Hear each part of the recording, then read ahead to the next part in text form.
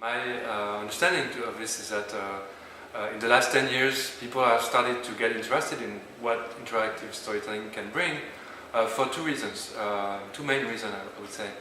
One is an artistic opportunity that let people explore new forms of storytelling, because this space is like opening up online, on the web, now on tablets, and so there are lots of opportunities for people to explore new forms of storytelling, new ways to tell stories using, all the media that has been emerging since the invention of photographic camera. The other reason may be that there is a need to, and there is maybe an opportunity to engage the audience in a different manner, in ways that make it possible to understand complex issues that video and cannot necessarily address in the same way. So the question is really, will there be a solution or new ways to tell stories that will be powerful and relevant to address some of today's biggest questions?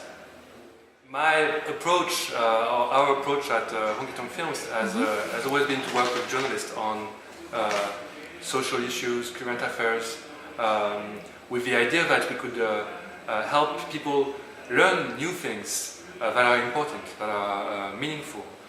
So yeah, there is definitely a belief, and I will always say that there is a way to use interactive documentaries to learn new things, and our projects are often used in classrooms as well, in universities, to address issues like obesity, or like the social condition of Chinese workers, or the question of the Amazonian rainforest.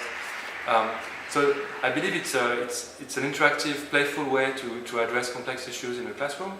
I also believe there is a very important opportunity for students that are not necessarily in universities, but even in younger students, to explore what it is to produce a story using video, photos, text, using maps, and exploring what are the possibilities today, because the tools that are available, everybody has. It's very simple to have a video camera now in the classroom, and people are using it more and more, but nobody really learned how to do it. And I think it's critical that students learn how to use these new tools in a manner that is creative and meaningful for them. So yeah, I think that's an option that many organizations have already taken. We see ministers, ministry institutions like Ministry of Foreign Affairs. We see big NGOs like the World Wide Fund.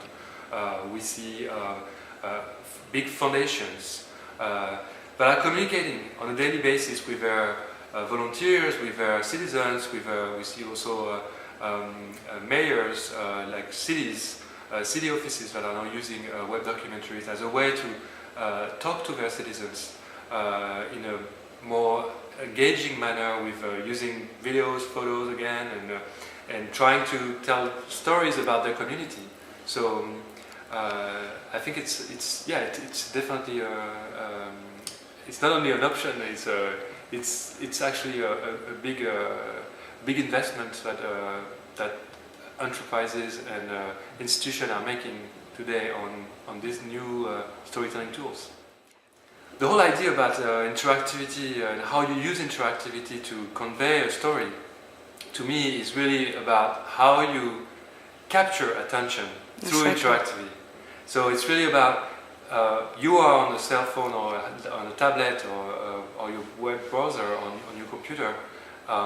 You have options of interactivity that will disrupt your attention, that are very obvious. You can just switch up the page and zap and change and open up a new page, or click on a link and go away.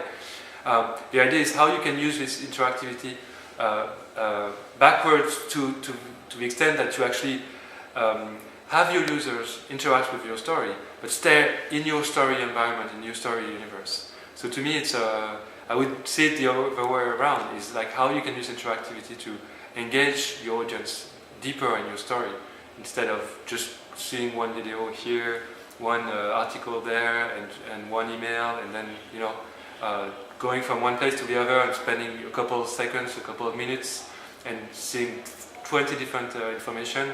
So the idea is how can you capture attention for 20 minutes, for 30 minutes, which is long on the internet.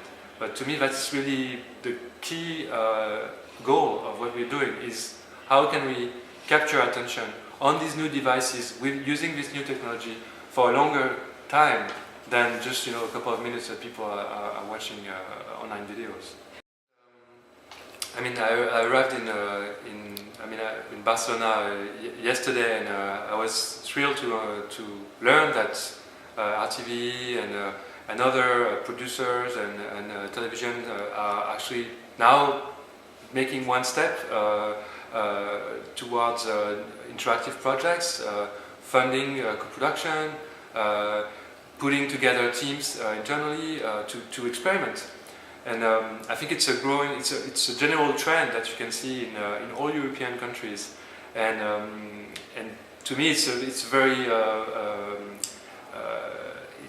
it encourages everybody to look at it in a different way and think that there is hope, that there is new possibilities that are opening up. So I think